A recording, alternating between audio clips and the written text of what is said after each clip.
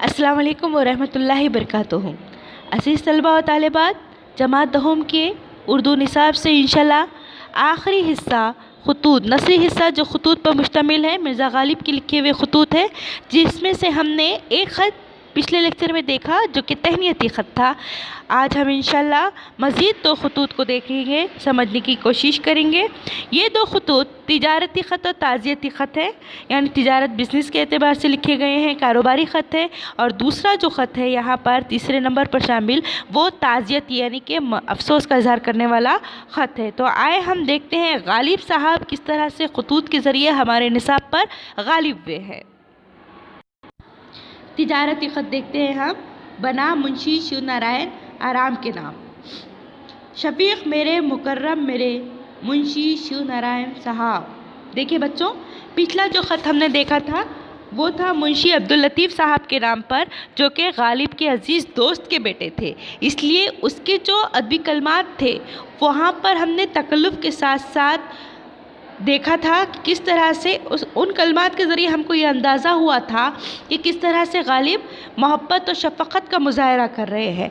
अब यहाँ पर जो ख़त हमने देखना है वो उनके हम उम्र है, उनके अज़ीज़ है, उनके दोस्त है। तो दोस्त को किस तरह से वो मुखातिब होते हैं कि शफ़ीक़ मेरे, यानी मुझसे शफ़क़त रखने वाले, मोहब्बत रखने वाले। मुकर्रम मेरे, मुकर्रम जिसका मैं एहतराम करता हूँ, जिसकी मैं इज़्ज़त करता हूँ, जो मेरे लिए काबिल इकराम है।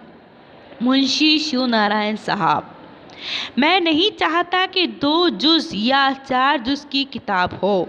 जुज़ के माने हिस्से के होते हैं, आमतौर पर 16 सफ़े को कहते हैं।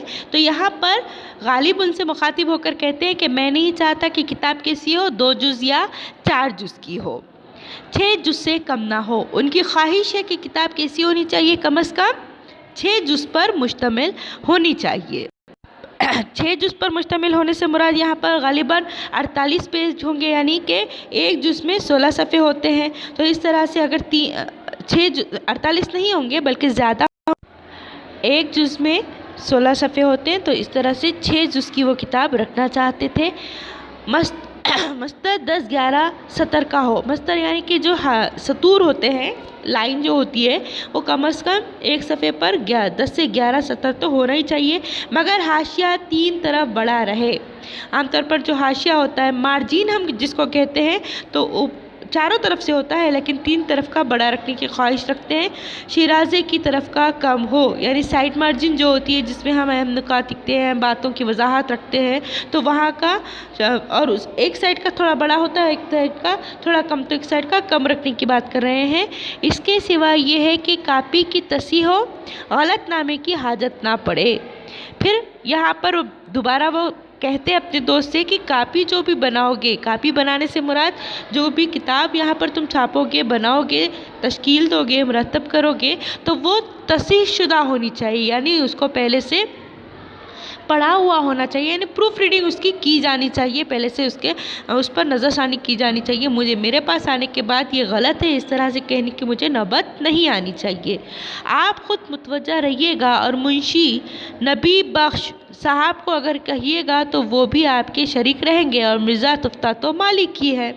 देखिए यहाँ पर नबी बख्श जिसके बेटे का ख़त हमने पिछले लेक्चर में देखा था, कहते हैं कि आप ख़ुद क्या हो, यहाँ पर किताबत के वक्त खुद शामिल रहे, खुद शरीक रहे, या फिर आप अपने दोस्त नबी बख्श को भी कह सकते हैं, वो भी खुद ब खुद आपके साथ शामिल हो जाएंगे। और मिर्ज़ा तुफ्ता तो आपके ख़ास साथी हैं, साथ में तो वो इस किताबत के मालिक भी हैं।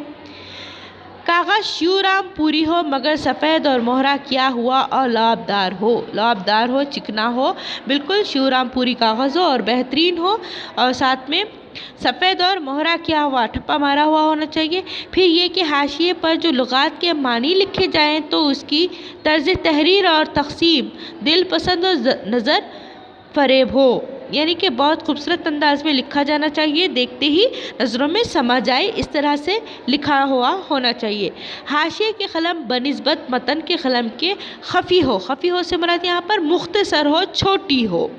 हाशिया मार्जिन की जो कलम होती है, इनके मार्जिन का जो हिस्सा होता है, वो जो हम लिखते हैं निस्बत मतन मवाद जो लिखते हैं उसके मुकाबले में छोटा हिस्सा होना चाहिए।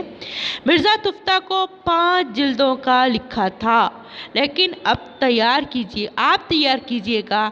इन 6 जिल्दों की जो लागत पड़े मैं बामुजर्रद तलब के फ़ौरन हंडी भेज दूंगा। देखिए यहाँ पर मुजल्लद जिल्द किए हुए जो होते हैं 6 जिल्दों की जो भी लागत पड़ती है वो फ़ौरन मैं आपकी खिदमत में रवाना कर दूंगा। इस तरह से उन्होंने यकीन करवाया है। कारोबारी ख़त है ये। शंबा, ये ख़त लिखा गया मंगल के दिन 31 अगस्त 1858 को ये ख़त लिखा गया है। लिखने वाले राकिम, लिखने वाले को कहते हैं, पिछले इसमें हमने अज़ की तरफ से देखा था, अब यहाँ पर लिखने वाला राइटर जिसको हम कहते हैं वो है असदुल्ला खान।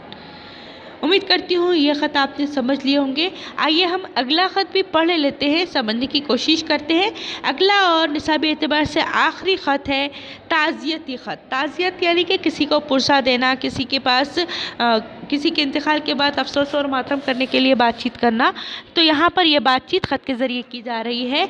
बनाम नवाब हुसैन मिर्ज़ा, इनके नाम पर लिखा गया ये ख़त है। देखिएगा ये बिल्कुल इनके करीबी है, इसलिए भाई साहब मुखातिब करने का अंदाज़ है। भाई साहब, आज तक सोचता रहा कि बेगम साहबा क़िबला के इंतकाल के बाब में तुमको क्या लिखूं। भाई से मुखातिब होकर कहते हैं कि मैं हमेशा सोचता रहा कि मैं तुमसे क्या लिखूं। ताज़ियत के वास्ते 3 बातें हैं, इज़हार गम, तलक़ीन सब्र, दुआए मग़फ़िरत।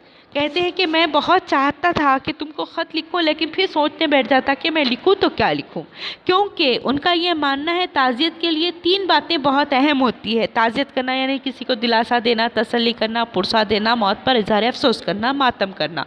तो ऐसे वक्त में जो बातचीत की जाती है आमतौर पर कहा जाता है कि सब्र करो, तुमको अल्लाह ताला इसका अच्छा सिला देगा, और मरने वाले के लिए दुआए मग़फ़िरत की जाती है और इज़हार गम किया जाता है। तो ये 3 चीज़ें ज़रूरी है। तो यहाँ पर गालिब साहब वजाहत देते हुए कहते हैं, सो भाई, इज़हार गम तकल्लुफ़ महज़ है। गम का इज़हार करना ये सिर्फ तकल्लुफ़ ज़ाहिर करना है, क्योंकि जिसके दिल को तकलीफ़ पहुँचती है उसका गम गलत होना या गम कम होना मुश्किल होता है। जो गम तुमको हुआ है मुमकिन नहीं कि दूसरे को हुआ हो, ये तो एक हकीकत है। अगर आपकी सबसे अजीज़ चीज़ आपसे छिन जाए तो आप ही को दुख होगा, आप ही को सबसे ज़्यादा तकलीफ़ होगा। आपके दूसरे अजीज़ दोस्त वगैरह आपको दिलासा देंगे, आपके गम में कुछ देर के लिए साथ रहेंगे, लेकिन फिर बाद में वो धीरे धीरे कहेंगे चलो घूमने की चीज़ थी, जाने की चीज़ थी, वो आपसे चली गई है, कब तक अब तुम मातम करते हो। लेकिन तुम ज़ाहिरी सब्र ज़ाहिर करने के बावजूद अपने दिल से वो गम नहीं भुला सकते। दूसरी बात वो कहते हैं तलक़ीन सब्र बेदर्दी है, क्योंकि किसी को सब्र की तलक़ीन करना या सब्र के बारे में कहना ये ज़्यादती करने के बराबर होता है। कहते हैं साहब को अगर कहिए तो वो भी आपके शरीक रहेंगे। तक़सीम दिल पसंद और हाँ, गालिब का कहना है अगर किसी को तलक़ीन सब्र कर रहे हैं तो ये उसके साथ ज़्यादती कर रहे हैं। ऐसे मौके पर सब्र की तलक़ीन की जाती है। रही दुआए मग़फ़िरत, मैं क्या और मेरी दुआ क्या। यहाँ पर उन्होंने ये बड़े ही खूबसूरत अंदाज में कहा कि मैं क्या और मेरी दुआ क्या।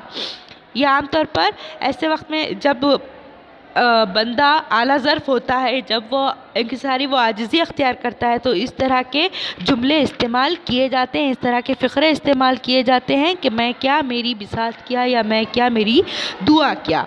यानी ख़ुद को गुनाहगार या ख़ुद को बहुत कम ज़ाहिर करने के लिए कहा जाता है। तो यहाँ पर गालिब कहते हैं कि सब्र मुझको ही नहीं आता तो मैं कैसे सब्र की तलक़ीन करूँ, ये तो ज़्यादती होगी। दूसरा, मग़फ़िरत की दुआ करने के लिए आमतौर पर यह माना जाता है कि तुम खुद अगर नेक हो या पारसा हो या बहुत इबादत गुजार हो, अल्लाह के चाहते हो, करीबी हो, तो तुम्हारी दुआएं रद्द नहीं होती।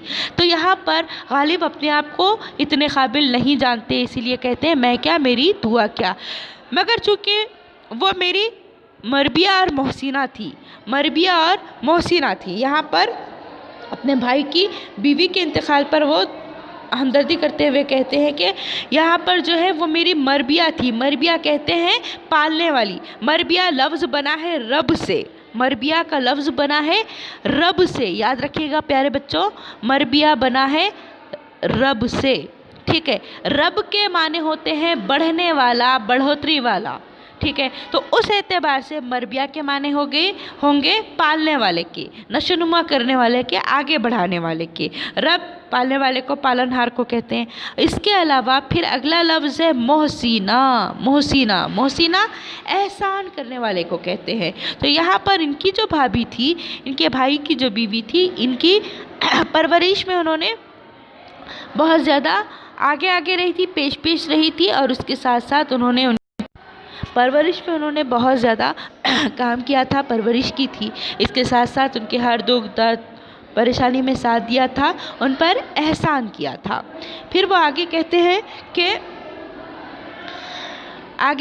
ہیں کہ دل سے دعا نکلتی ہے، تمہارا یہاں آنا سنا جاتا ہے، یعنی تم یہاں آنے والے ہو، اس طرح سے میں نے سنا تھا۔ میرے بھابھی کے لیے میرے دل سے ہمیشہ دعائیں غالب پھر کہتے ہیں آگے کہ اس واسطے خط نہ لکھ سکا۔ غالب نے اپنے خط تاخیر سے لکھنے کی وجہ بھی بتاتے ہیں کہ میں نے سنا تھا کہ تم یہاں آنے والے ہو، اسی لیے میں نے سوچا تھا کہ تم سے مل کر تعزیت کر لوں گا، لیکن تم آئے نہیں، اس لیے اب مجھے دیر سے ہی صحیح خط لکھنا پڑا، ورنہ میں تم کو ابھی خط نہیں لکھنے والا تھا، اور اسی وجہ سے اتنی دیر بھی ہوئی تھی۔ اب جو معلوم ہوا کہ دشمنوں کی طبیعت ناساز ہے، یہ بھی فقرہ ہے دشمنوں کی، یعنی کہ مراد جس سے بات کی جا رہی ہے اس کی طبیعت خراب اگر ہے تو ایسے وقت میں یہ اظہار ہمدردی یا محبت پہ کہا جاتا ہے کہ دشمنوں کی طبیعت ناساز ہے، اور اس وجہ سے کیا ہے یہاں پر تم نہیں آ سکتے ہو، اس وجہ سے تمہارا یہاں آنا نہیں ہوا، تو یہ چند سطریں میں نے لکھ لی، یعنی میں نے تمہارے لیے چند سطور لکھی ہے، ورنہ یہ سب مجھ سے نہیں کہا جاتا۔ حق تعالیٰ تم کو سلامت اور تندرست اور خوش رکھے۔ اللہ تعالیٰ تم کو ہمیشہ سلامت رکھے، تندرست رکھے اور خوش رکھے۔ اس طرح سے وہ اپنے بھائی کو بھی دعا دیتے ہیں۔ ہاں تو بچوں، یہ جو خط ہے 15 نومبر 1866 میں لکھا ہوا خط ہے، تمہاری خوشی کا طالب غالب۔ یہاں غالب کہتے ہیں کہ میں ہمیشہ تمہارے لیے دعا گو رہتا ہوں، تمہاری خوشیوں کی میں طلب کرتا ہوں اللہ تعالیٰ سے، میں تمہارا ہی غالب ہوں۔ الحمدللہ ثم الحمدللہ، آج ہمارے جماعت دہم کے نصاب کا یہ سبق بھی مکمل ہو چکا ہے۔ تو پیارے بچوں، خطوط کو اچھی طرح سے پڑھیے، سمجھنے کی کوشش کیجیے، اور جہاں تک ممکن ہو سکے ان خطوط کی سرگرمیاں مکمل کرنے کی کوشش کیجیے۔ پھر ہم ملیں گے انشاءاللہ اگلی سرگرمی کے ساتھ اگلے لیکچر میں۔ چلیے پھر، تب تک کے لیے اللہ حافظ۔